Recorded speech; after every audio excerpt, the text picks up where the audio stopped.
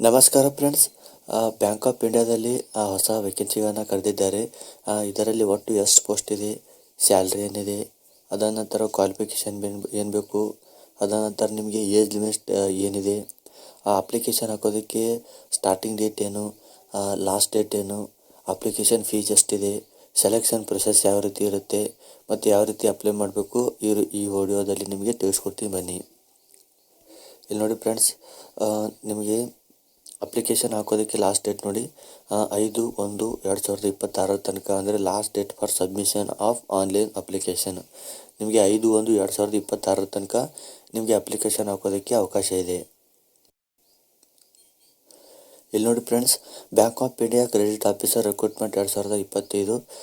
ಇಲ್ಲಿ ನೋಡಿ company name ಬಂದುಬಿಟ್ಟು ಬ್ಯಾಂಕ್ ಆಫ್ ಇಂಡಿಯಾ ಅಂತ.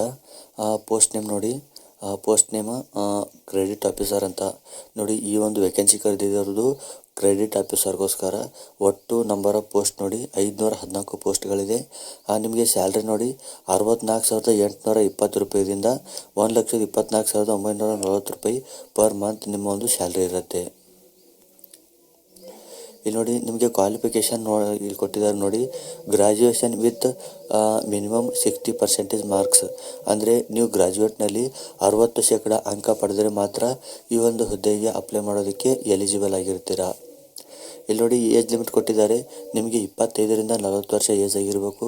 ಇದಾದ ನಂತರ start date for apply online 20/12/2025 ನಿಮ್ಮ ಒಂದು ಅಪ್ಲಿಕೇಶನ್ ಸ್ಟಾರ್ಟ್ ಆಗುತ್ತೆ. ಲಾಸ್ಟ್ ಡೇಟ್ ಫಾರ್ ಅಪ್ಲೈ 5/1/2026 ತನಕ ನಿಮಗೆ ಅಪ್ಲಿಕೇಶನ್ ಹಾಕೋದಕ್ಕೆ ಅವಕಾಶ ಇರುತ್ತೆ. ಇಲ್ಲಿ ನೋಡಿ ಅಫಿಷಿಯಲ್ ವೆಬ್ಸೈಟ್ ನೇಮ್ ನೋಡಿ www.bankofIndia.bank.in ಅಂತ ಇದೆ. ಇಲ್ಲಿ ನೋಡಿ friends, bank of India credit officer recruitment 2025 vacancy ಈ ರೀತಿ ಡಿವೈಡ್ ಮಾಡಿದ್ದಾರೆ ನೋಡಿ. SMGS ಸ್ಕೇಲ್ 4 ಕ್ರೆಡಿಟ್ ಆಫೀಸರ್, ಇದರಲ್ಲಿ 36 ಪೋಸ್ಟ್ಗಳಿದೆ. MMGS ಸ್ಕೇಲ್ 3ನಲ್ಲಿ ಕ್ರೆಡಿಟ್ ಆಫೀಸರ್ ಒಟ್ಟು 60 ಪೋಸ್ಟ್ಗಳಿದೆ. ಇದಾದ ನಂತರ MMGS ಸ್ಕೇಲ್ 2ನಲ್ಲಿ ಕ್ರೆಡಿಟ್ ಆಫೀಸರ್ 418 ಪೋಸ್ಟ್ಗಳಿದೆ. ಒಟ್ಟು ವೇಕೆನ್ಸಿ ನೋಡಿ 514 ಹುದ್ದೆಗಳಿದೆ. ಇದಾದ ನಂತರ ನಿಮಗೆ ಸ್ಯಾಲ್ರಿ ನೋಡಿ, ನಿಮ್ಮ ಒಂದು ಸ್ಯಾಲ್ರಿ MMGS ಸ್ಕೇಲ್ 2ನಲ್ಲಿ 64,820 ರೂಪಾಯಿದಿಂದ ಸ್ಟಾರ್ಟ್ ಆಗುತ್ತೆ. ಇದಾದ ನಂತರ MMGS ಥರ್ಡ್ ಸ್ಕೇಲಲ್ಲಿ ನಿಮಗೆ 85,000 ರೂಪಾಯಿದಿಂದ ನಿಮ್ಮ ಒಂದು ಸ್ಯಾಲ್ರಿ ಸ್ಟಾರ್ಟ್ ಆಗುತ್ತೆ. SMGS ಸ್ಕೇಲ್ 4ನಲ್ಲಿ ನಿಮಗೆ 1,02,300 ರೂಪಾಯಿದಿಂದ ನಿಮ್ಮ ಒಂದು ಸ್ಯಾಲ್ರಿ ಸ್ಟಾರ್ಟ್ ಆಗುತ್ತೆ. ಇದಾದ ನಂತರ ನಿಮ್ಮ ಒಂದು ಏಜ್ ರಿಲೆಕ್ಷನ್ ಬಗ್ಗೆ ಕೊಟ್ಟಿದ್ದಾರೆ. ಇಲ್ಲಿ ನೋಡಿ ನೀವೇನಾದರೂ SC/ST ಕ್ಯಾಂಡಿಡೇಟ್ ಆಗಿದ್ದರೆ ನಿಮಗೆ 5 ವರ್ಷದ ಮೀಸಲಾತಿ ಇರುತ್ತೆ. ನೀವು OBC ಕ್ಯಾಂಡಿಡೇಟ್ ಆಗಿದ್ದರೆ ನಿಮಗೆ 3 ವರ್ಷದ ಮೀಸಲಾತಿ ಇರುತ್ತೆ. ಅದಾದ ನಂತರ person with bench mark disability ಏನಾದರೂ ಆಗಿದ್ದರೆ ನಿಮಗೆ 10 ವರ್ಷದ ಮೀಸಲಾತಿ ಇರುತ್ತೆ. ಇದಾದ ನಂತರ ನೀವೇನಾದರೂ ಸರ್ವಿಸ್ ಮ್ಯಾನ್ ಆಗಿದ್ದರೆ ನಿಮಗೆ 5 ವರ್ಷದ ಮೀಸಲಾತಿ ಇರುತ್ತೆ. ಇಲ್ಲಿ ನೋಡಿ ಅಪ್ಲಿಕೇಶನ್ ಫೀ ಬಗ್ಗೆ ಕೊಟ್ಟಿದ್ದಾರೆ. SC/ST PWD ಕ್ಯಾಂಡಿಡೇಟ್ ಆಗಿದ್ದರೆ 125 ರೂಪಾಯಿ ಫೀಸ್ ಇರುತ್ತೆ. ಜನರಲ್ ಆ್ಯಂಡ್ ಅದರ್ ಕ್ಯಾಟಗರೀಸ್ ಇದ್ದರೆ 850 ರೂಪಾಯಿ ಫೀಸ್ ಇರುತ್ತೆ. ನೋಡಿ ಸೆಲೆಕ್ಷನ್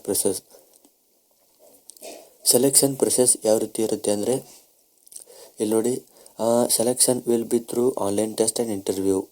ಅಂದರೆ ನೀವು ಮೊದಲು ನಿಮಗೆ ಆನ್ಲೈನ್ ಟೆಸ್ಟ್ ಇರುತ್ತೆ, ನಂತರ ನಿಮಗೆ ಇಂಟರ್ವ್ಯೂ ಇರುತ್ತೆ. ನೋಡಿ ಆನ್ಲೈನ್ ಎಕ್ಸಾಮಿನೇಷನ್ ಸ್ಟ್ರಕ್ಚರ್ ನಿಮ್ಮ ಒಂದು ಆನ್ಲೈನ್ ಎಕ್ಸಾಮ್ನಲ್ಲಿ ಇಂಗ್ಲೀಷ್ ಲ್ಯಾಂಗ್ವೇಜ್ನಲ್ಲಿ ಒಟ್ಟು 25 ಪ್ರಶ್ನೆಗಳಿಗೆ 25 ಮಾರ್ಕ್ಸ್ ಇರುತ್ತೆ. ಇದು ನೋಡಿ ಜಸ್ಟ್ ಕ್ವಾಲಿಫೈಯಿಂಗ್ ನೇಚರ್ ಅಲ್ಲಿ ಇರುತ್ತೆ. ಇದಾದ ನಂತರ ರೀಸನಿಂಗ್ನಲ್ಲಿ 25 ಪ್ರಶ್ನೆಗೆ 25 ಮಾರ್ಕ್ಸ್ ಇರುತ್ತೆ. ಕ್ವಾಂಟ್ ಆಪ್ಟಿಟ್ಯೂಡ್ನಲ್ಲಿ 25 ಪ್ರಶ್ನೆಗೆ 25 ಮಾರ್ಕ್ಸ್ ಇರುತ್ತೆ. ಇದಾದ ನಂತರ ಪ್ರೊಫೆಷ್ನಲ್ ನಾಲೆಜ್ನಲ್ಲಿ 75 ಪ್ರಶ್ನೆಗೆ 75 ಮಾರ್ಕ್ಸ್ ಇರುತ್ತೆ. ಟೋಟಲ್ ಕ್ವಶನ್ಸ್ 150 ಕ್ವಶನ್ಸ್ ಇರುತ್ತೆ. 150 ಕ್ವಶನ್ಸ್ಗೆ 150 ಮಾರ್ಕ್ಸ್ ಇರುತ್ತೆ. ಕಾಂಪೋಸಿಟ್ ಟೈಮ್ ನೋಡಿ 120 ನಿಮಿಷ ಇರುತ್ತೆ. ಅಂದರೆ ನಿಮ್ಮ ಒಂದು ಎಕ್ಸಾಮ್ ಟೈಮಿಂಗ್ 1 ಗಂಟೆ 20 ನಿಮಿಷ ಇರುತ್ತೆ. ಇಲ್ಲಿ ನೋಡಿ ಮಿನಿಮಮ್ ಕ್ವಾಲಿಫೈಯಿಂಗ್ ಮಾರ್ಕ್ಸ್ ನೋಡಿ. ನೀವು ಆನ್ಲೈನ್ ಟೆಸ್ಟ್ನಲ್ಲಿ ನೀವೇನಾದರೂ ಜನರಲ್ EWS ಅನ್ನೋರಾಗಿದ್ದರೆ ನೀವು 35 ಮಾರ್ಕ್ಸ್ ತೊಂದರೆ ಕ್ವಾಲಿಫೈ ಆಗ್ತೀರಾ. ನೀವೇನಾದರೂ SC/ST OBC PWD ಆಗಿದ್ದರೆ ನಿಮಗೆ ಜಸ್ಟ್ 30% ಮಾರ್ಕ್ಸ್ ತೊಂದರೆ ಸಾಕು, ಈ ಒಂದು ಆನ್ಲೈನ್ ಟೆಸ್ಟ್ ನೀವು ಪಾಸ್ ಆಗ್ತೀರಾ. ಇದಾದ ನಂತರ ಪೆನಾಲ್ಟಿ ಫಾರ್ ರಾಂಗ್ ಆನ್ಸರ್, ಅಂದರೆ ನೀವೇನಾದರೂ 4 ಪ್ರಶ್ನೆ ತಪ್ಪು ಮಾಡಿದ್ರೆ 1 ಅಂಕ ಮೈನಸ್ ಆಗುತ್ತೆ.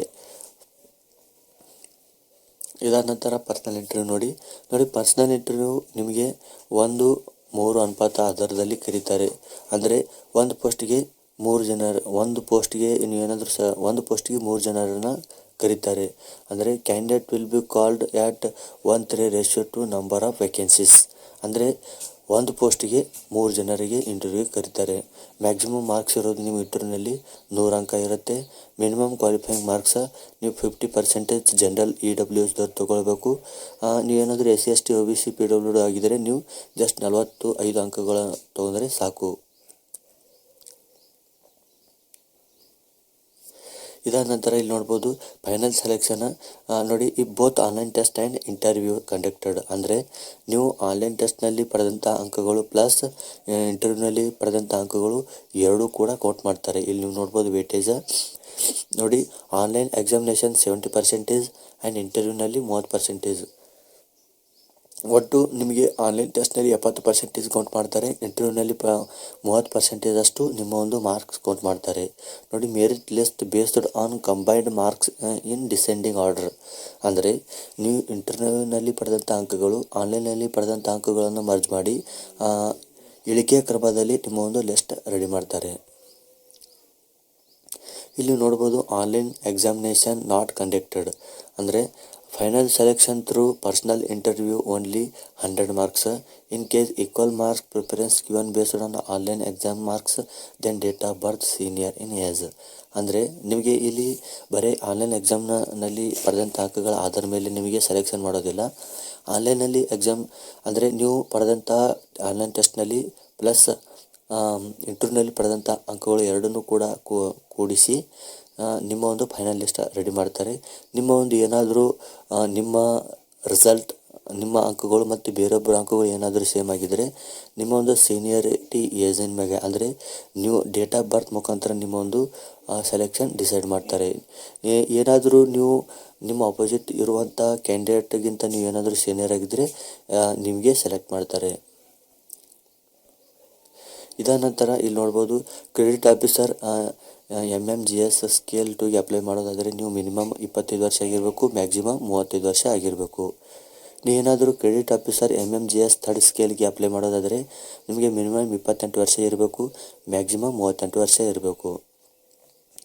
ಇದಾದ ನಂತರ ಕ್ರೆಡಿಟ್ ಆಫೀಸರ್ SMGS ಸ್ಕೇಲ್ 4ಗೆ ಅಪ್ಲೈ ಮಾಡೋದಾದರೆ ಮಿನಿಮಮ್ 30 ವರ್ಷ ಆಗಿರಬೇಕು, ಮ್ಯಾಕ್ಸಿಮಮ್ 40 ವರ್ಷ ಆಗಿರಬೇಕು. ಹೌ ಟು ಅಪ್ಲೈ ನೋಡಿ ಇದಕ್ಕೆ ಯಾವ ರೀತಿ ಅಪ್ಲೈ ಮಾಡಬೇಕು. ನೀವೇನಾದರೂ ಅಪ್ಲೈ ಮಾಡೋಕ್ಕೆ ಇಷ್ಟ ಇದ್ದರೆ ನಾನು ಇದೇ ವಿಡಿಯೋದ ಡಿಸ್ಕ್ರಿಪ್ಷನ್ನಲ್ಲಿ ಆ ವೆಬ್ಸೈಟ್ ಲಿಂಕ್ ಕೊಟ್ಟಿದ್ದೀನಿ. ನೀವು ಜಸ್ಟ್ ಅದರ ಮೇಲೆ ಕ್ಲಿಕ್ ಮಾಡಿದ್ರೆ ಸಾಕು, ನೀವು ಈ ಒಂದು ವೆಬ್ಸೈಟಿಗೆ ಬರ್ತೀರಾ. ಬಂದಾಗ ಇಲ್ಲಿ ಇಂಗ್ಲೀಷ್ ಅಂತ ಟೈಪ್ ಮಾಡಿದಾಗ ಈ ರೀತಿ ವೆಬ್ಸೈಟ್ ಓಪನ್ ಆಗುತ್ತೆ. ವೆಬ್ಸೈಟ್ ಓಪನ್ ಆದಾಗ ನೀವು ಇಲ್ಲಿಂದ ನಿಮ್ಮ ಒಂದು ಅಪ್ಲಿಕೇಶನ್ ಏನಿದೆ ಅದನ್ನು ಅಪ್ಲಿಕೇಶನ್ ಹಾಕೋದಕ್ಕೆ ಸ್ಟಾರ್ಟ್ ಮಾಡಬೇಕು. ನೋಡಿ ಯಾವ ರೀತಿ ಹಾಕಬೇಕಂದ್ರೆ ನೋಡಿ ಸ್ಟೆಪ್ 1ನಲ್ಲಿ ನೀವು ಬ್ಯಾಂಕ್ ಆಫ್ ಅಫಿಷಿಯಲ್ ವೆಬ್ಸೈಟ್ಗೆ ಭೇಟಿ ಕೊಡಬೇಕು.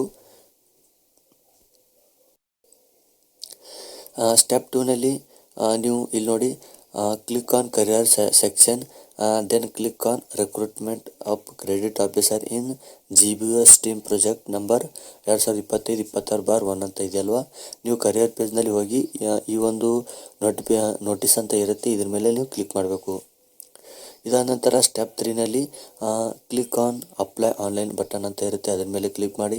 ಸ್ಟೆಪ್ 4ನಲ್ಲಿ ನೀವು choose click here for new registration ಅಂತ ಇರುತ್ತೆ, ಅದರ ಮೇಲೆ ಕ್ಲಿಕ್ ಮಾಡಿ. Enter name, contact details and email ID ಅಂತ ಕೇಳುತ್ತೆ, ಎಲ್ಲ ನಿಮ್ಮ ಡೀಟೇಲ್ಸ್ ಆ್ಯಡ್ ಮಾಡಿ. ಇದಾದ ನಂತರ ನಿಮ್ಮ ಒಂದು ಸ್ಟೆಪ್ 5ನಲ್ಲಿ note down for provisional registration number and password generated by system. ಅಂದರೆ ನಿಮ್ಮ ಒಂದು ರಿಜಿಸ್ಟ್ರೇಷನ್ ನಂಬರ್ ಮತ್ತು ಪಾಸ್ವರ್ಡ್ನ ನೀವು ಕಾಪಿ ಮಾಡ್ಕೊಂಡ ನಂತರ ಸ್ಟೆಪ್ 6ನಲ್ಲಿ complete the application form will be required details.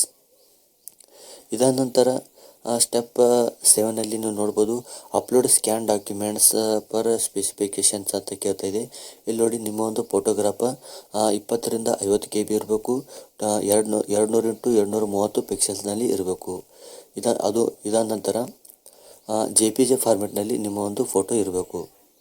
ಇದಾದ ನಂತರ ನಿಮ್ಮೊಂದು ಸಿಗ್ನೇಚರ್ ನೋಡಿ 140x60 ಪಿಕ್ಸೆಲ್ನಲ್ಲಿ ಇರಬೇಕು.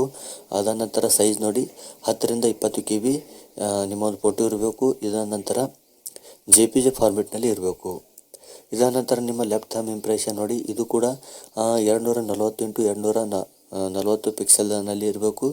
20ರಿಂದ 50 KB JPG ಫಾರ್ಮೆಟ್ನಲ್ಲಿ ನಿಮ್ಮ ಒಂದು ಲೆಫ್ಟ್ ಥಂಬ್ ಇರಬೇಕು. ಇದಾದ ನಂತರ ನಿಮ್ಮ ಒಂದು ಹ್ಯಾಂಡ್ ರೈಟಿಂಗ್ ಡಿಕ್ಲರೇಷನ್ ಅದು ಇಂಗ್ಲೀಷ್ನಲ್ಲಿ ಇರಬೇಕು ನೋಡಿ. ಇದು 800x400 ಪಿಕ್ಸೆಲ್ನಲ್ಲಿ ಇರಬೇಕು. 50ರಿಂದ 100 KB JPG ಫಾರ್ಮೆಟ್ನಲ್ಲಿ ಇರಬೇಕು. ಇದಾದ ನಂತರ ಸ್ಟೆಪ್ 8ನಲ್ಲಿ ಇಲ್ಲಿ ನೋಡ್ಬೋದು ನೀವು ಅಪ್ಲೋಡ್ ರಿಲೆವೆಂಟ್ ಎಕ್ಸ್ಪೀರಿಯನ್ಸ್ ಸರ್ಟಿಫಿಕೇಟ್ ನೋಡಿ. ನೀವು ಈ ಒಂದು ಹುದ್ದೆಗೆ ಅಪ್ಲೈ ಮಾಡಬೇಕಾದ್ರೆ ನಿಮಗೆ ಎಕ್ಸ್ಪೀರಿಯನ್ಸ್ ಕೂಡ ಅವಶ್ಯಕತೆ ಇದೆ. ನೀವು ಏನಾದರೂ ಎಕ್ಸ್ಪೀರಿಯನ್ಸ್ ನಿಮ್ಮ ಹತ್ರ ಇದ್ದರೆ ನೀವು ಇಲ್ಲಿ ಎಕ್ಸ್ಪೀರಿಯನ್ಸ್ ಸರ್ಟಿಫಿಕೇಟ್ನ ಅಪ್ಲೋಡ್ ಮಾಡಬೇಕು. ಇದಾದ ನಂತರ ಸ್ಟೆಪ್ 9ನಲ್ಲಿ preview the complete application form before final submission. ಅಂದರೆ ಮೊದಲು ನೀವು ಅಪ್ಲಿಕೇಶನ್ ಹಾಕಿದ ನಂತರ ನೀಟಾಗಿ ನಿಮ್ಮ ಒಂದು ಅಪ್ಲಿಕೇಶನ್ ಕರೆಕ್ಟ್ ಇದೆಯೋ ಅಥವಾ ಇಲ್ಲೋ ಅಂತ ಕರೆಕ್ಟಾಗಿ ನೀಟಾಗಿ ನೋಡಿ. ಅದಾದ ನಂತರ ಫೈನಲ್ ಸಬ್ಮಿಟ್ ಮೇಲೆ ಕ್ಲಿಕ್ ಮಾಡಿ. ಸ್ಟೆಪ್ 10ನಲ್ಲಿ ನೋಡ್ಬೋದು ಕ್ಲಿಕ್ ಆನ್ ಕಂಪ್ಲೀಟ್ ರಿಜಿಸ್ಟ್ರೇಷನ್ ಅಂತ ಇದೆಯಲ್ವ, ಅದ್ರ ಮೇಲೆ ಕ್ಲಿಕ್ ಮಾಡಿ. ಆಫ್ಟರ್ ವೆರಿಫಿಕೇಷನ್ ಅಂದರೆ ನಿಮ್ಮ ಒಂದು ರಿಜಿಸ್ಟ್ರೇಷನ್ ಫಾರ್ಮ್ ಮೇಲೆ ಕ್ಲಿಕ್ ಮಾಡಿದಾಗ ನಂತರ ವೆರಿಫಿಕೇಷನ್ ಅಂತ ಕೇಳುತ್ತೆ, ಅದರ ಮೇಲೆ ಕ್ಲಿಕ್ ಮಾಡಿ. ನಂತರ ಸ್ಟೆಪ್ 11ನಲ್ಲಿ proceed to payment application through fee ಅಂತ ಕೇಳ್ತಿದೆ. ಅಂದರೆ ಎಲ್ಲ ಅಪ್ಲಿಕೇಶನ್ ಕಂಪ್ಲೀಟ್ ಆದ ನಂತರ ಕೊನೆಗೆ ನಿಮಗೆ ಅಪ್ಲಿಕೇಶನ್ ಫೀಸ್ ಬಗ್ಗೆ ಕೇಳುತ್ತೆ. ನಿಮ್ಮ ಒಂದು ಅಪ್ಲಿಕೇಶನ್ ಫೀಸ್ನ ಕಟ್ಟಿ ಸ್ಟೆಪ್ 11ರಲ್ಲಿ ನೋಡ್ಬೋದು proceed payment of application fee through online mode ಅಂತ ಇರುತ್ತೆ. ಅಂದರೆ ನಿಮ್ಮ ಫೀ ಕಂಪ್ಲೀಟ್ ಮಾಡಿದ ನಂತರ ನೀವು ಸ್ಟೆಪ್ 12ಗೆ ಬರ್ತೀರ. ಇದರಲ್ಲಿ ನೋಡ್ಬೋದು take printout of receipt online application form future reference. ಅಂದರೆ ನೀವು ಅಪ್ಲಿಕೇಶನ್ ಫೀಸ್ ಕಟ್ಟಿದ ನಂತರ ನಿಮ್ಮ ಒಂದು ಅಪ್ಲಿಕೇಶನ್ ಫಾರ್ಮ್ ಏನಿದೆ ನೀವು ಮೊಬೈಲಲ್ಲಿ PDF ಡೌನ್ಲೋಡ್ ಮಾಡ್ಕೋಬೋದು ಅಥವಾ ಕಂಪ್ಯೂಟರ್ ಸೆಂಟರಿಗೆ ಹೋಗಿ ಪ್ರಿಂಟ್ಔಟ್ ಕೂಡ ತಕ್ಕೋಬೋದು. ಇಲ್ಲಿ ನೋಡ್ಬೋದು candidate are advised to apply well before the closing to avoid the last minute technical issue. ಅಂದರೆ ನೀವು ಈ ಒಂದು ಪೋಸ್ಟ್ಗೆ ಏನಾದರೂ ಅಪ್ಲೈ ಮಾಡೋದಿದ್ದರೆ ನೀವು ಬೇಗನೆ ಅಪ್ಲೈ ಮಾಡಿ. ಯಾಕೆಂದರೆ ಕೊನೆ ಹಂತದಲ್ಲಿ ನೀವು ಏನಾದರೂ ಅಪ್ಲೈ ಮಾಡೋಕ್ಕೆ ಹೋದರೆ ನಿಮಗೆ ಟೆಕ್ನಿಕಲ್ ಇಶ್ಯೂ ಆಗ್ಬೋದು. ಸೊ ಈಗಲೇ ನಿಮ್ಮ ಒಂದು ಅಪ್ಲಿಕೇಶನ್ ಹಾಕೋದಕ್ಕೆ ಪ್ರಯತ್ನ ಪಡಿ. ಇದರ ನಂತರ ಓನ್ಲಿ ಅಪ್ಲಿಕೇಶನ್ಸ್ ಅಂದರೆ only online applications through official website will be accepted. ಅಂದರೆ ನಿಮಗೆ ಆಫ್ಲೈನ್ ಮುಖಾಂತರ ಅಪ್ಲೈ ಮಾಡೋಕ್ಕೆ ಬರೋದಿಲ್ಲ. ಓನ್ಲಿ ನೀವು ಆನ್ಲೈನ್ ಮುಖಾಂತರನೇ ಈ ಒಂದು ಅಪ್ಲಿಕೇಶನ್ಗೆ ಅಪ್ಲೈ ಮಾಡೋದಕ್ಕೆ ಅವಕಾಶ ಇದೆ. ಸೊ ಫ್ರೆಂಡ್ಸ್, ಇದಾಗಿತ್ತು ಈ ಒಂದು ವಿಡಿಯೋದಲ್ಲಿ ಬ್ಯಾಂಕ್ ಆಫ್ ಇಂಡಿಯಾದ ಬಗ್ಗೆ ಮಾಹಿತಿ. ವಿಡಿಯೋ ಇಷ್ಟ ಆಗಿದ್ದರೆ ಲೈಕ್ ಮಾಡಿ, ವಿಡಿಯೋ ಇಷ್ಟ ಆಗದೇ ಇದ್ದಲ್ಲಿ ಡಿಸ್ಲೈಕ್ ಮಾಡಿ.